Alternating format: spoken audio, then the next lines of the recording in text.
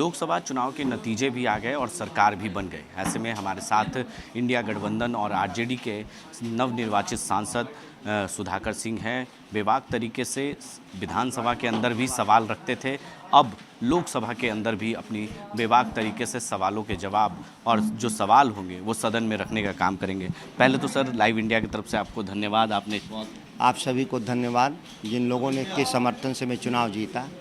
क्या कहेंगे सर, लड़ाई इतनी आसान नहीं थी, काफ़ी टफ लड़ाई थी और तीन जो है आपके साथ मिलकर दो ऐसे उम्मीदवार थे जिनके साथ कांटे की टक्कर रही है। थोड़ा कठिन इस मामले में था कि मेरे इंडिया ब्लॉक का वोट एक प्रत्याशी के द्वारा बड़े स्तर पे निकल गया, जिसके चलते थोड़ी परेशानी थी। लेकिन लोकतंत्र में चुनाव कोई कभी आसान नहीं रहता, ये कठिनाइयाँ आती ही हैं, इसीलिए इसकी कोई मैं आलोचना नहीं करता।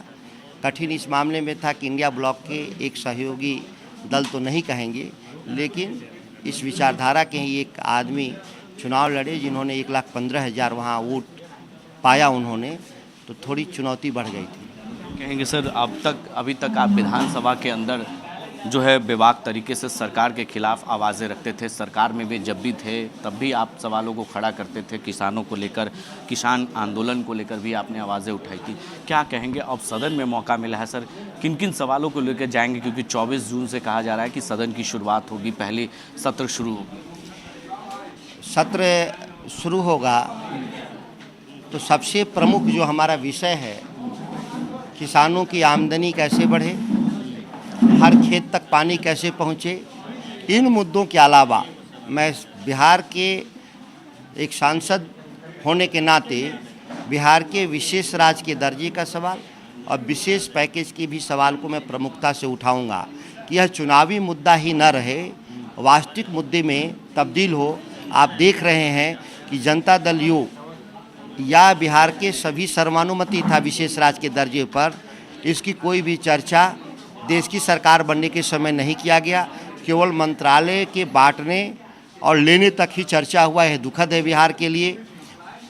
40 सांसद बिहार से चुनाव जीते, सत्तारूढ़ दल के 30 जीते, 30 में से कोई भी व्यक्ति बिहार के विशेष राज्य के दर्जे का सवाल और विशेष पैकेज का सवाल नहीं उठाया।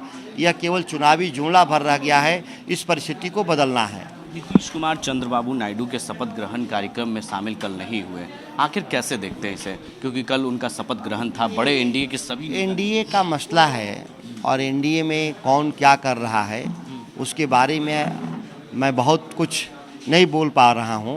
उनके अंदरूनी जो संकट होंगे, लेकिन एक बात तो तय है कि देश में जो इस बार जो अल्पमत की सरकार बनी है, यह स्थिर सरकार नहीं है, या जनमत के लूट से यह सरकार बनी है। जनमत के लूट से यह सरकार बनी है, इसीलिए सरकार स्थिर नहीं है। यह सरकार की विदाई कभी भी हो सकती है, यह बिहार का और देश का जनता भली बात जानती है। क्या लगता है नीतीश कुमार फिर से पलटी मारेंगे, यू टर्न लेंगे? क्योंकि नीतीश कुमार ना जाना कहीं ना कहीं संकेत तो दे रहा है।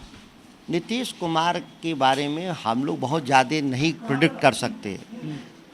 जैसे वो अनुमान नहीं लगा सकते कि मौसम का, कि बारिश कब होगा और नहीं होगा, उसी तरह से नीतीश कुमार जी के फैसले के बारे में कोई पूर्वानुमान नहीं लगा सकता कि वो क्या करेंगे नहीं करेंगे। लेकिन एक तो है ना कि बिहार के विशेष राज्य के सवाल पर उनको मुखर होना चाहिए। वो अगर इतिहास में अमर होना चाहते हैं तमाम नाकामियों के बाद, तो बिहार के विशेष राज्य का दर्जा अगर वो भारत सरकार से ले लेते हैं तो अमर हो जाएंगे।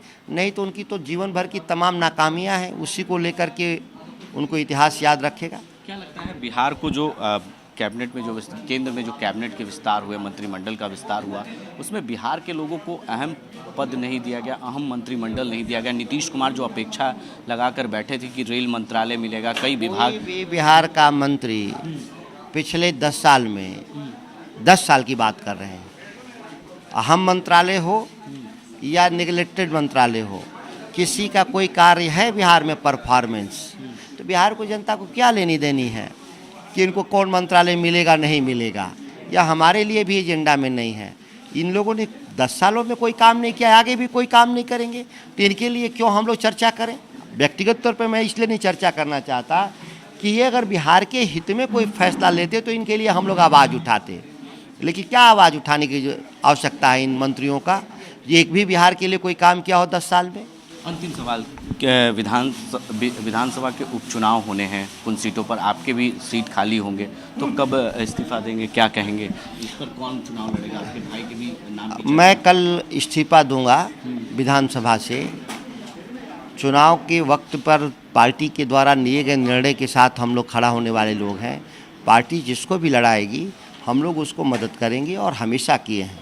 तो देखिए, हमारे साथ नवनिर्वाचित सांसद सुधाकर सिंह थे। सीधे तौर पर उन्होंने कहा कि जिस तरह से मौसम का रंग है, मौसम करवट लेती है, उसी तरीके से नीतीश कुमार भी ले सकते हैं। नीतीश कुमार को मनचाहा केंद्र में कैबिनेट में जगह नहीं मिली है, जिसकी वजह से नीतीश कुमार कल चंद्रबाबू नायडू के शपथ ग्रहण कार्यक्रम में शामिल नहीं हुए। कई मुद्दों को लेकर भी उन्होंने सवालें उठाए और कहा कि जब सदन शुरू होगा लोकसभा का, तब भी हम विशेष राज्य का दर्जा, किसान के मुद्दे सभी इसी तरीके से उठाते रहेंगे। जैसे हम सरकार में रहकर सरकार के खिलाफ जो है बातों को रखते थे, उसी तरीके से सदन में भी अपने जो है बातों को रखने का काम करेंगे। वहीं उन्होंने कहा कि विधानसभा के उपचुनाव कुछ सीटों पर होनी है, क्योंकि खुद सुधाकर सिंह यहाँ से विधायक रह चुके हैं, पूर्व मंत्री रह चुके हैं बिहार में। तो ऐसे में वो भी कल इस्तीफा देंगे और उसके बाद पार्टी जो फैसला लेगी उस फैसले से हम अपनी सहमति जताएंगे। पार्टी जिसे उम्मीदवार बनाएगी हम उसके साथ खड़ा रहेंगे। अपने सहयोगी वीडियो जर्नलिस्ट दिवाकर ठाकुर के साथ मैं संजय कुमार, लाइव इंडिया, हर पल पटना।